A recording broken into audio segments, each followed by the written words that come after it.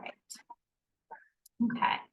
So we have, as I mentioned, we are looking at Tracie here today, who is the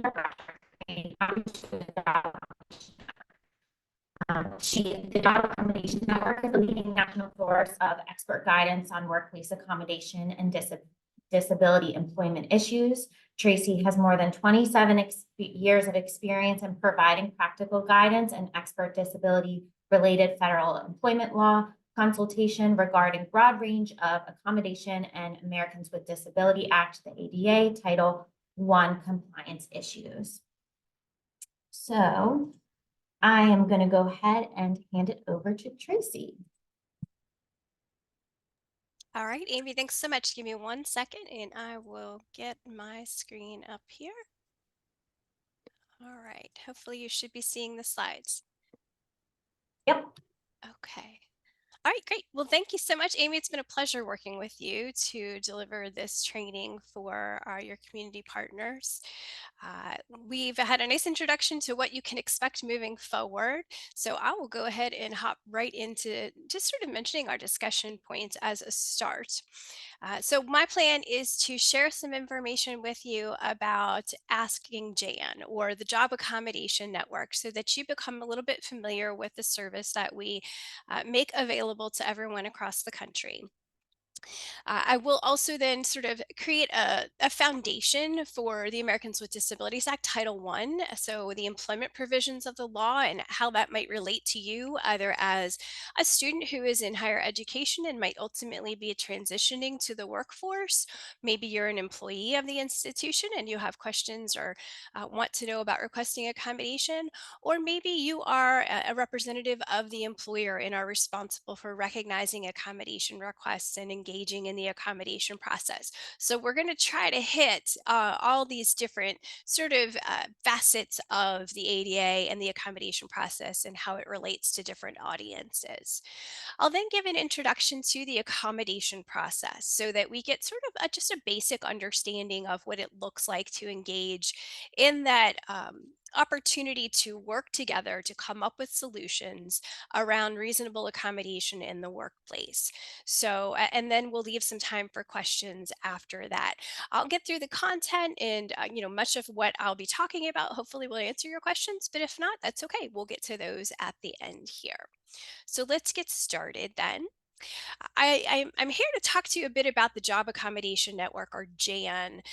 JAN is a service that has been around for a long time. We've been the leading source of free, expert, and confidential guidance on job accommodations and disability employment issues now for 40 years. So the service was established in 1983. We have been serving customers across the United States and around the world for that long. Our mission is to help employers and others recognize the valuable contributions that qualified workers with disabilities add to the workforce.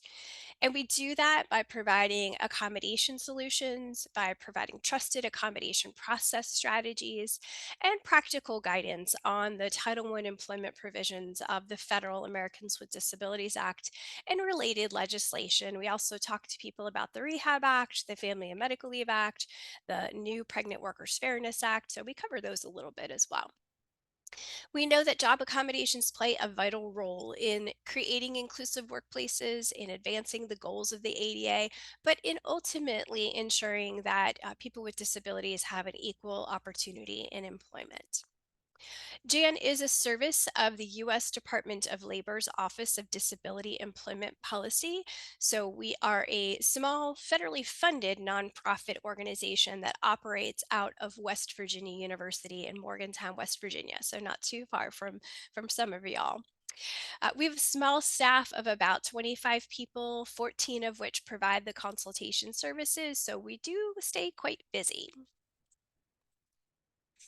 Jan consultants are highly qualified and experienced. We're thought leaders in the area of job accommodations. We work in different team structures. So we have an ADA team, a cognitive neurological team, a motor team, and a sensory team. These consultants, we kind of work as your partner in the accommodation process. We offer personalized, practical, and confidential guidance on job accommodation process strategies, sort of helping employers and individuals work through that accommodation process. That guidance is based on our experience working with hundreds of thousands of employers and others across the country. We do receive more than 40,000 contacts a year. So like I said, we do stay pretty busy. We do offer a broad range of workplace accommodation solutions to explore for people with diverse health conditions and disabilities.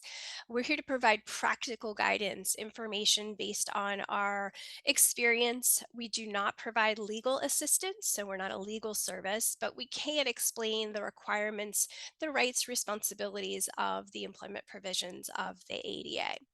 We also have a small self employment service for individuals with disabilities who are seeking to establish their own business as a path to employment. Now, everyone can benefit from JAN services, but our primary customer is employers and professionals assisting employers like human resources, EEO professionals, reasonable accommodation coordinators, benefits administrators, legal and rehabilitation professionals, and others who are sort of representing employers. We assist employers of all sizes, types, and whether you're a private employer, federal, state, or local government agency. And basically we're here to really provide that one-on-one technical assistance and guidance on an individualized basis, depending on the circumstances that that employer is facing in terms of accommodating an individual or worker with a disability. We do provide accommodation options. We explain the requirements of the law, and we offer accommodation resources, including ways to restructure a job, equipment that might be used, assistive technology. So we cover a lot of ground, really. But again, we don't provide legal advice or advocacy assistance. Again, sort of our focus because obviously employers are going to make these decisions in the work environment. But we also assist others, whether that be individuals with disabilities, those who might be representing them or advocating for them as well, whether that be family members or union representatives. It could be other rehabilitation professionals that might be helping as well. And for those individuals, we do provide information, not as much of the one on one individualized technical assistance, but we do offer information that can be helpful in the accommodation process. Now, for both of these different role types, we do have specific pages on the askjan.org website that really provides curated information for these different audiences. So at askjan.org, at the top up the navigation bar, you'll see a page for employers and a page for individuals. And so I'd encourage you to go there for more information. Now, just to kind of give you a picture of what it looks like when you contact Jan, our service is very accessible. There are lots of easy, convenient ways to get in touch with us. If you are an employer, you can reach out to us via toll-free call. You can use the live chat at askjan.org or send an email. Others can certainly use the live chat or the email. When you do that, you'll be greeted by a program assistant who will ask you for some information so they can best understand why you're contacting Jan. And ultimately, they'll use that information to connect you with the most appropriate Jan staff member. So they'll need to know something about the type of disability or limitations involved, what sort of questions you may have, and they will then be able to direct you to those teams that I mentioned to get that one-on-one assistance, that consultation. It's a pretty simple process, really, but think of it as again asking Jan. You're going to ask us some questions, and we're hopefully going to follow up with some resource information and technical assistance to guide you along the way in that process. Probably the best place to start is that askjan.org site. And so I would go there to access extensive resources on job accommodation information, ADA topics. It's a central place to begin your search for this kind of information.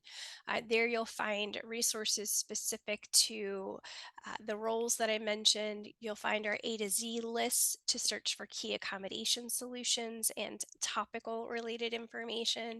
We have an ADA library that includes regulations and guidance provided by the Equal Employment Opportunity Commission. So lots of stuff to find there. Again, a good place to start, but if you don't find what you need there or you need more information, that's when it's a good idea to contact Jan directly. And you can do that right from the homepage there as well. So that's sort of my quick spiel on the Jan service, but certainly go to the site to learn more or contact us directly and we'll be glad to help. All right, so moving next into sort of setting a foundation for the ADA and the accommodation process. It's important to understand, at least have a basic understanding of the Americans with Disabilities Act as it relates to the workforce, basically. So remember, Jan's not a legal service. The information that I will offer regarding the ADA is based on guidance that's provided by the enforcement agency of Title I of the ADA, which is the Equal Employment Opportunity Commission, or EEOC. So a lot of the information I will be sharing today that is specific to the ADA is going to be based on their guidance and how the law should be interpreted. Now, to set the foundation, of course, we're talking about Title I of the ADA today. There are other titles, but our primary focus is on employment. So that is Title I. ADA is a federal civil rights statute that removes barriers to equal employment for individuals with disabilities who are qualified. So it's a federal civil rights statute.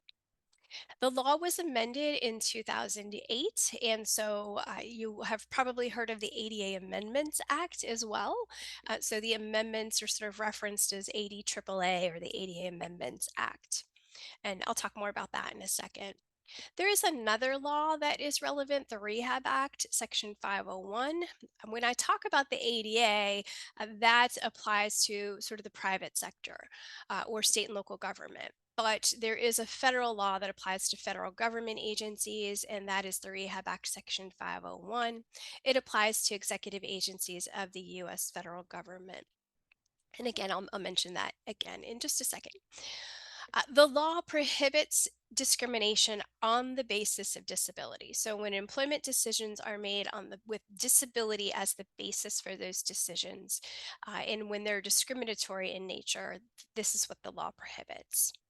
It also requires reasonable accommodation unless it will create an undue hardships. So the two statutory requirements of the ADA are non-discrimination and reasonable accommodation.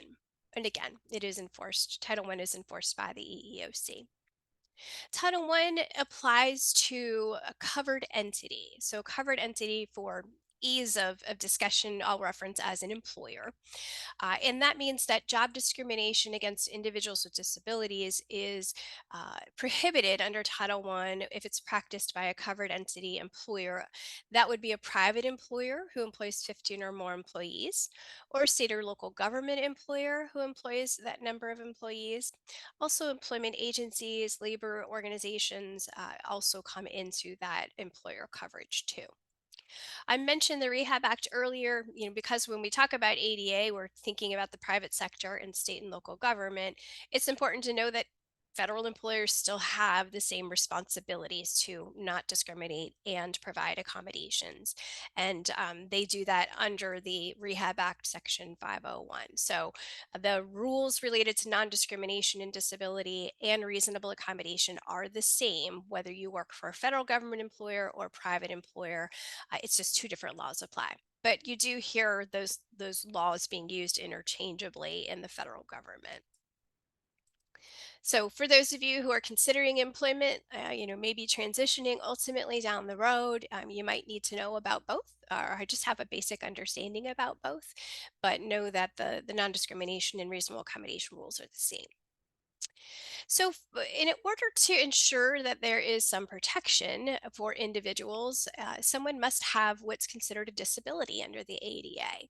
And there is a specific definition of disability under this part of the law. You might hear about definition in terms of disability for various types of laws. Our focus is on ADA today. So here we're talking about meeting this three-pronged definition of the ADA definition of disability. With that, you have somebody who meets the first prong, which is they have a current physical or mental impairment that substantially limits one or more major life activities, someone who has an actual disability, or someone who has a record of such an impairment. This is called the record of prong of the definition of disability. There's also a third prong where someone might be regarded as having a disability, whether they do or do not, but they might be treated as such. So there are three different prongs to that definition of disability. For the purpose of receiving accommodation, which will be our focus today, we do look at the actual disability and the record of disability. In both those instances, somebody who has an actual disability or a record of a disability may be entitled to receive reasonable accommodation in the workplace. Now, the definition of disability is something that is intended to not require significant or extensive analysis to determine. So, when I mentioned that ADA Amendments Act, the sort of the point of the Amendments Act was to make it so that there wouldn't be significant analysis in determining who might seek coverage under the ADA. Generally speaking, employers are encouraged to err on the side of caution and not get too bogged down in figuring out whether somebody has a disability, but rather to focus more so on whether a reasonable accommodation can be provided. So that's really where the focus needs to be when we're looking at somebody having a disability.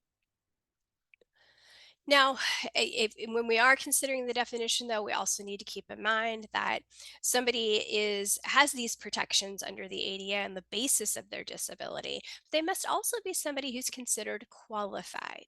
So, in order to be a qualified individual with a disability, you are somebody who meets the job's requirements. So, you have the education, the training, the skills necessary for the position, and you can also perform the essential job duties with or without accommodation. So at the end of the day, you're somebody who might have a health condition, a medical impairment that is affecting your ability to do the job, but with an accommodation, perhaps you might be able to perform it successfully.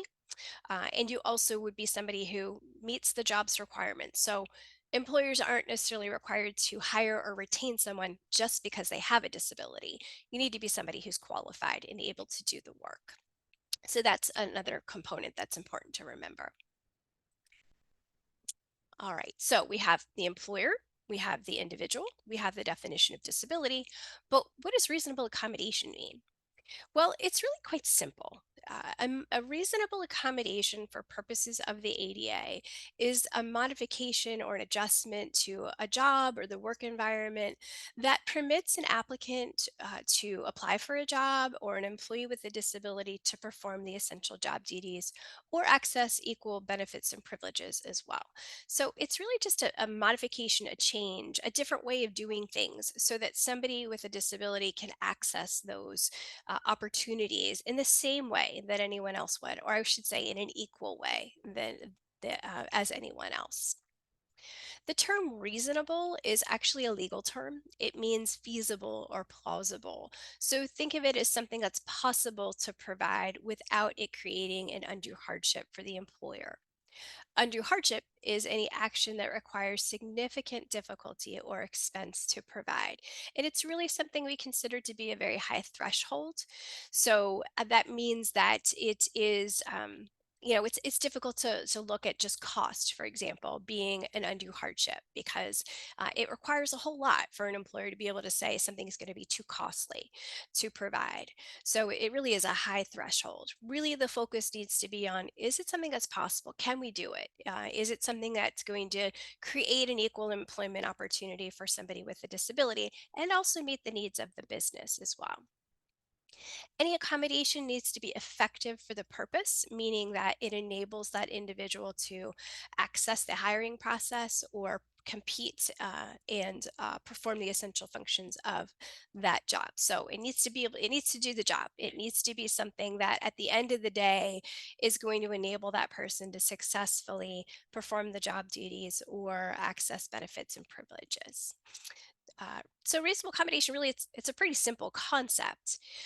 There are some basic principles to keep in mind as it relates to accommodation. So, for example, there's no comprehensive list of reasonable accommodations.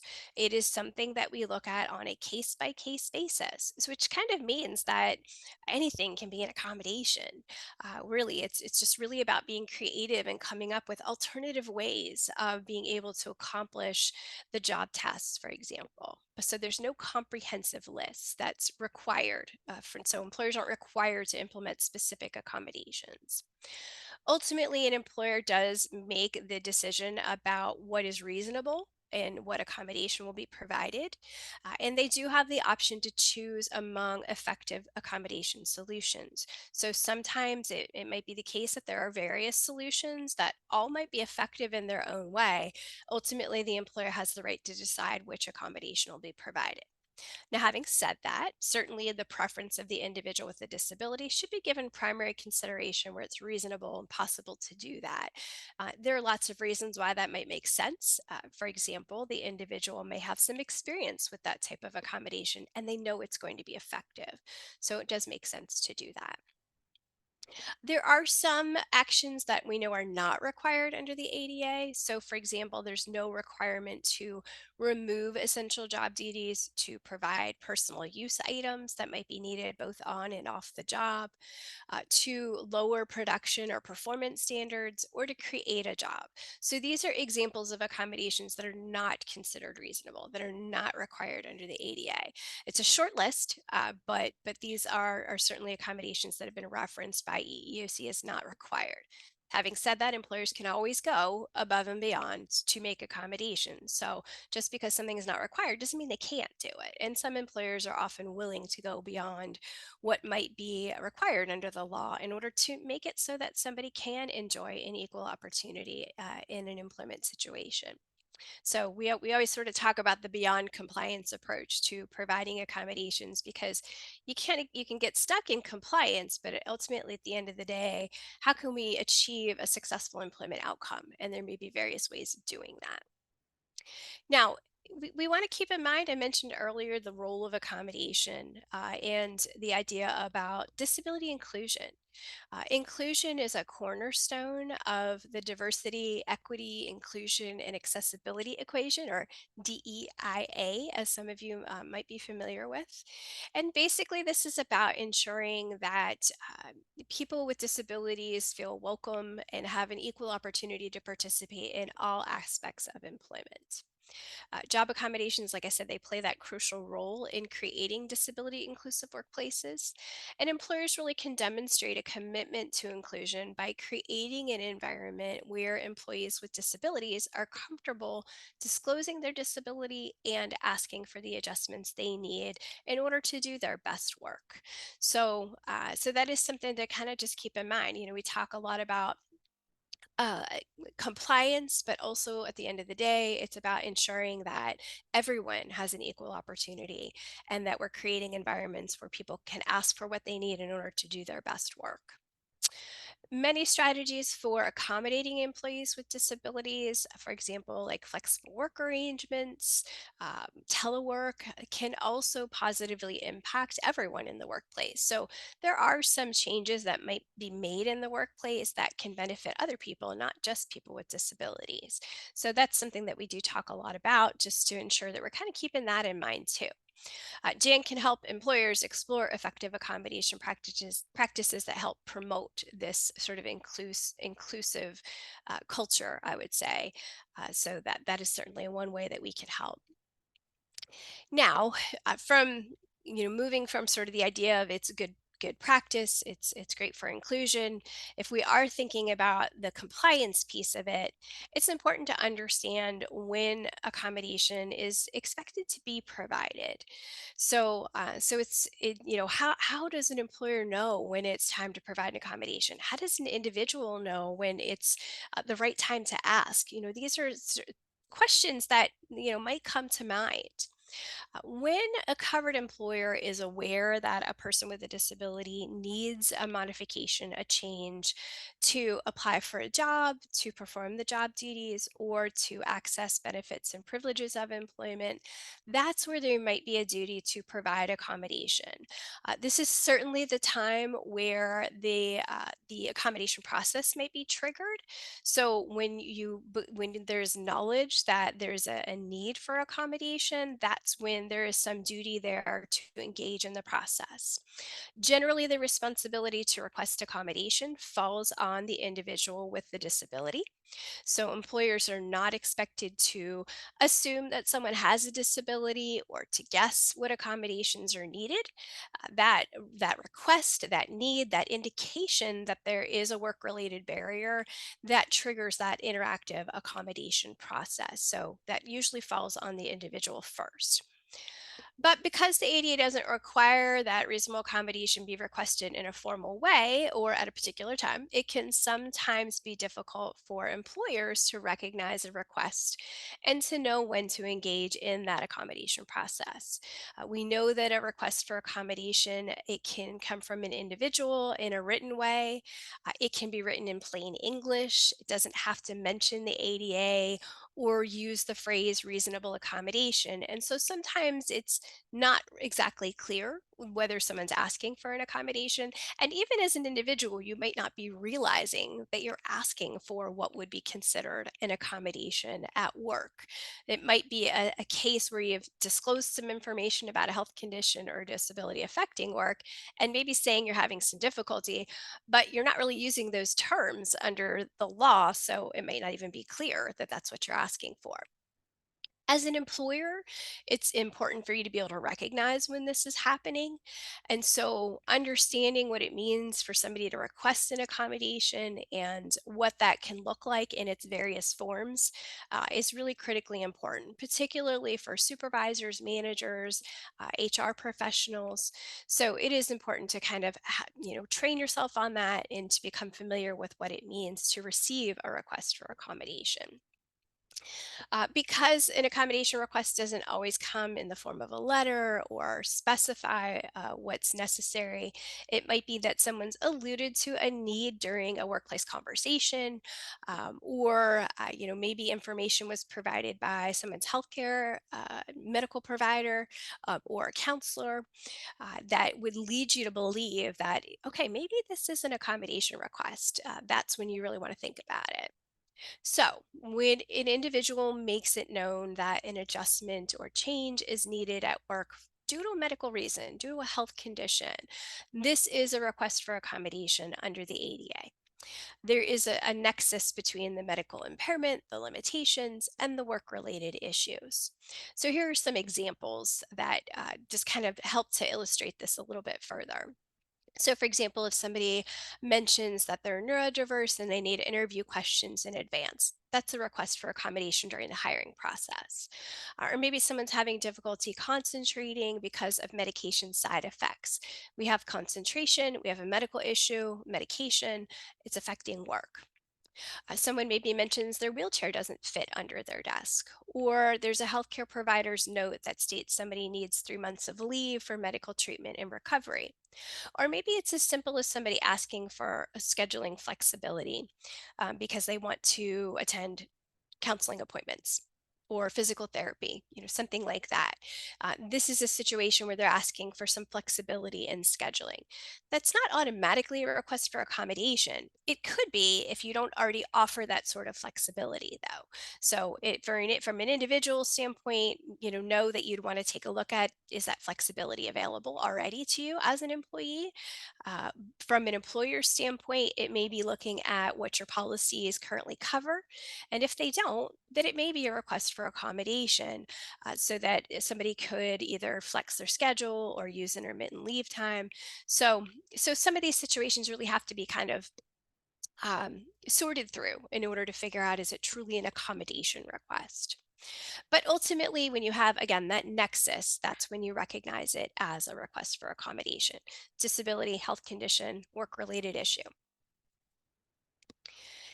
Now, accommodation requests aren't required to be formal or documented under the ADA, meaning that an individual with a disability has no obligation to submit a request in writing via email or to complete a required form.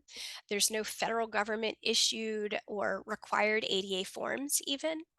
So these requests can come in a lot of different ways. It can be verbal, it can be documented. There's also it's important to keep in mind again, you don't have to use those reasonable accommodation terms or ADA, although we would recommend it as an if you're an individual making a request for accommodation, you want to be as clear as possible. An individual may request an accommodation at any time during the application process, once they've been hired, after they've been hired for months or years. So it's not as if an accommodation must be requested at a specific time, but it's important to do so before performance or conduct suffer. So the best advice there in terms of disclosure or requesting accommodation is to do it when you become aware of the need for accommodation.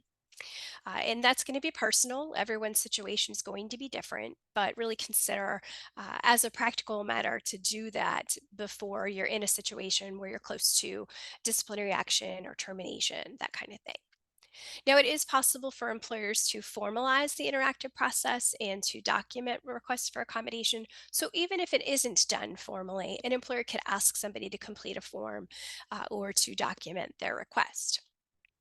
Now, from the individual's perspective, I just wanted to offer sort of a sample accommodation letter so that if you are considering requesting accommodation, you have an idea of what that looks like.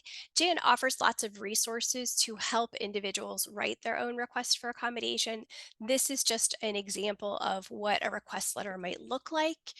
So you might indicate the type of health condition or limitations that are involved, how it's affecting your ability to do the job. In this case, it's a case of a medical issue affecting sleep and mood, concentration, and focus, making it clear that you're requesting accommodation and how this is affecting work, and explaining maybe what ideas you might have as far as accommodation can be really helpful as a start. That doesn't mean that's where you're going to end, but it's a place to get that conversation started. So start talking about accommodations and get the employer on board with exploring those with you.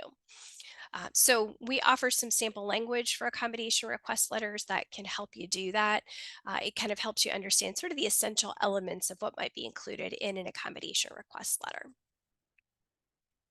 Now, for people leaders who might be responsible for processing accommodation requests, supervisors, managers, HR, whoever you might be, yeah, sometimes it's a little tricky because you're not sure if someone's making an accommodation request. I would say in this case, if you're not sure, it's okay to seek some clarification. So maybe ask the employee to clarify what's being requested and why. This puts the onus on the individual to explain why they've mentioned a disability or asked for a change at work. One great way to sort of create a space where people feel comfortable sharing their disability and offering more information is to ask, how can I help? What can we do? So create that safe space for somebody to share information about why they're having difficulty performing the job duties and demonstrate that you're there to help. You're willing to work with them to engage in a process to get it figured out. So that how can I help approach is a really good one. We do offer some resources to kind of help walk you through that too. So mother, may I, must I, should I, and how can I help are some Jan resources that might be helpful. Once you've reached that point where either as an individual you've requested accommodation or as an employer you've recognized that accommodation request, that's where we get into that accommodation process, that interactive accommodation process. To determine effective accommodations, EEOC basically recommends that employers use an interactive process, which basically means that the employer and individual work collaboratively together to identify accommodation solutions. So it's not one where it's them against, the employer against the individual or otherwise. It's really a process where you want to work together to come up with solutions. Now, there is no standard or required process. Every process looks different in each place of employment, but Jan has a sort of a six-step process that a lot of employers model their procedures after. And so I'm going to engage in that, or I should say, walk through some of the steps of that process to break them out a little bit further for you. So we have recognizing an accommodation request, gathering information, exploring accommodations, and choosing and implementing them, and then ultimately monitoring the accommodation. So let's jump right into that. So, when it's recognized that an accommodation is needed or has been requested, this is where we work together to engage in that accommodation process. First note, of course, is to keep in mind that you'll need to follow any internal accommodation policies and procedures because each employer has the right to establish their own policies and procedures. So make sure you check in. If you're in an individual, ask about the policies. If you are an employer, make sure the people who are responsible for applying these policies and procedures are trained on them. You work together, you explore what the individual's unique needs are, what their job responsibilities are, what their disability related limitations are, and just collaboratively work together to do that. Now, when you know that you need to engage in this process, the step that becomes very important is step 2. And that is where we are gathering information to figure out what's next. So, when the health condition is not known or the need for accommodation isn't obvious, then it may be necessary to gather some documentation describing the health condition and why the accommodation is needed. So that's when we get to that gathering and providing information stage of the accommodation process.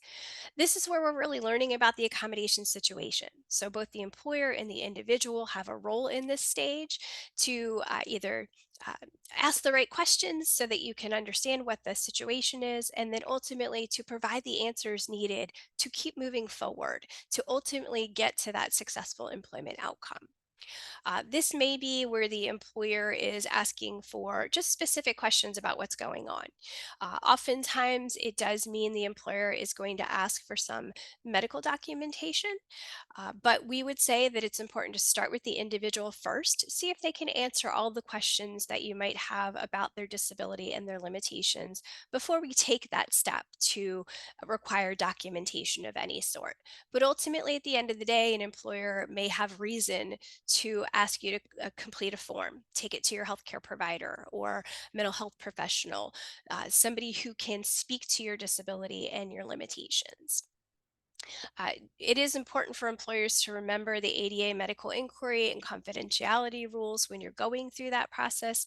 I'm not going to get real bogged down in that here today, but we do offer a lot of information and resources related to the information stage of the accommodation process. I've included some here. Amy will provide the PowerPoint so that you can click through to these resources after the training. But this is great information to kind of help you figure out what's involved in terms of the gathering information and providing information stage.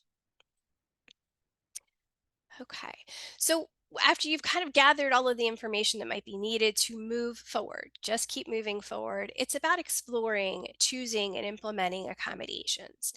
When you're exploring accommodations, it's really where you want to be open minded and consider new ways of doing things. It's the time to brainstorm. It's the time to come up with unique ways of performing the job duties. And it's important not to use a one size fits all approach to this situation because every situation will be unique. Each individual, based on their health condition and their limitations and the specific job duties, it's going to be a unique situation. So make sure you treat it that way.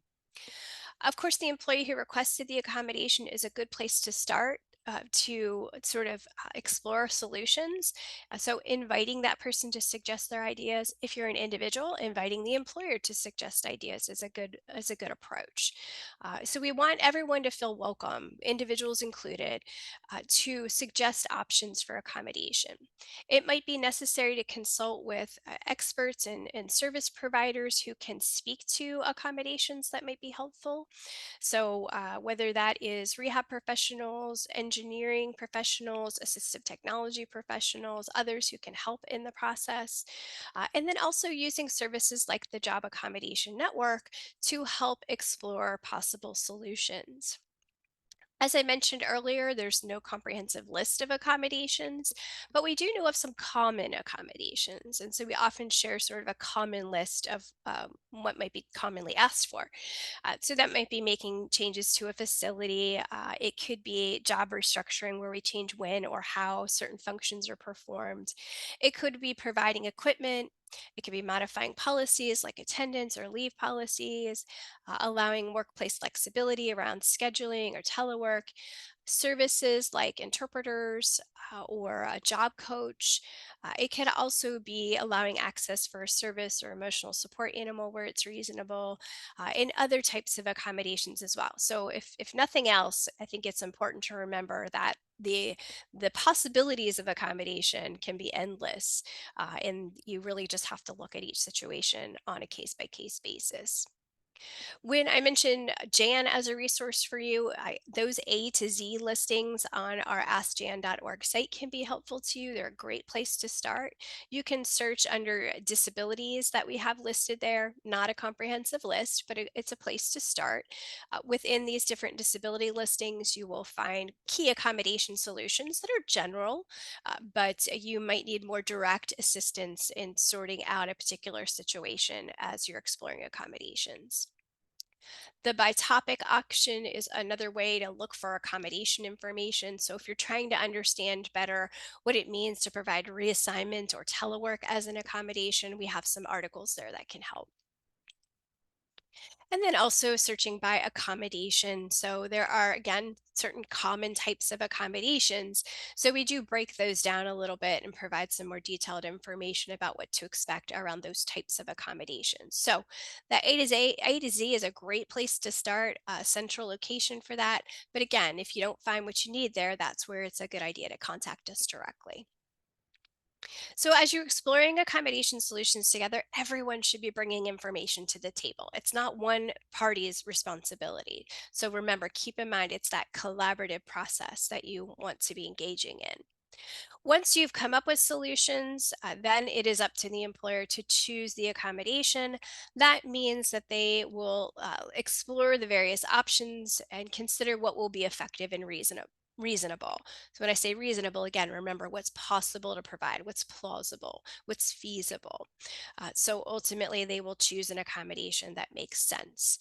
Again, employee preference makes sense where you can provide it. So if it's an option, certainly start there, but ultimately, an employer has the right to choose the accommodation under the ADA.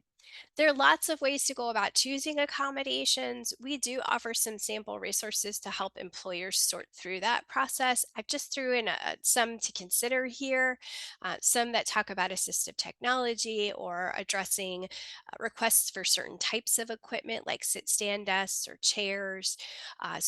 These are just some examples of resources, but again, a good place to start for information.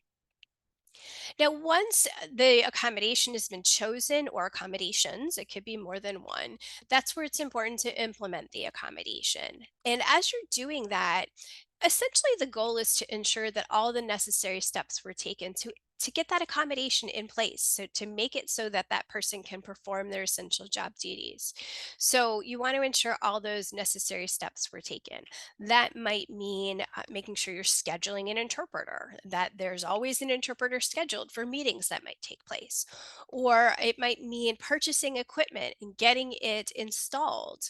Maybe it's software and making sure you're providing training on that software so the person can actually use it. So there might be more to the process than just choosing the accommodation. You need to make sure it's going to work and that the person has the know how in terms of how to implement the accommodation. It might also be necessary to communicate with essential personnel who are responsible for implementing the accommodation. Now, that does not mean that you are communicating with everyone about the accommodation, but let's say, for example, somebody's manager needs to know that they have a modified attendance policy has been allowed, that somebody is permitted to come into work an hour late on the days that their disability necessitates it, as long as they make up the time. That manager may need to be notified of at least the accommodation. Maybe not the specific reason why the accommodation is needed, but that the accommodation's been approved. When we're implementing accommodations, we also like to encourage employers to consider trial and temporary accommodations because we don't always know what's going to be effective, or it might be that it really truly only is needed temporarily. So implementing a trial accommodation is a great way to show a good faith effort and also to test out an accommodation for effectiveness.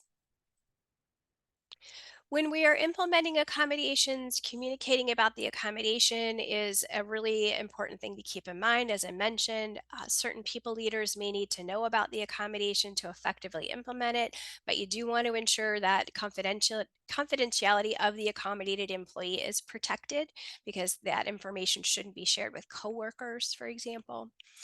And if it is a case of a manager needing to communicate that a change has been made, you just want to ensure that they're trained not to mention accommodation or disability or ADA, but that they have made a change in the workplace and it is for somebody who that it's been approved and it is something that the manager is fully aware of.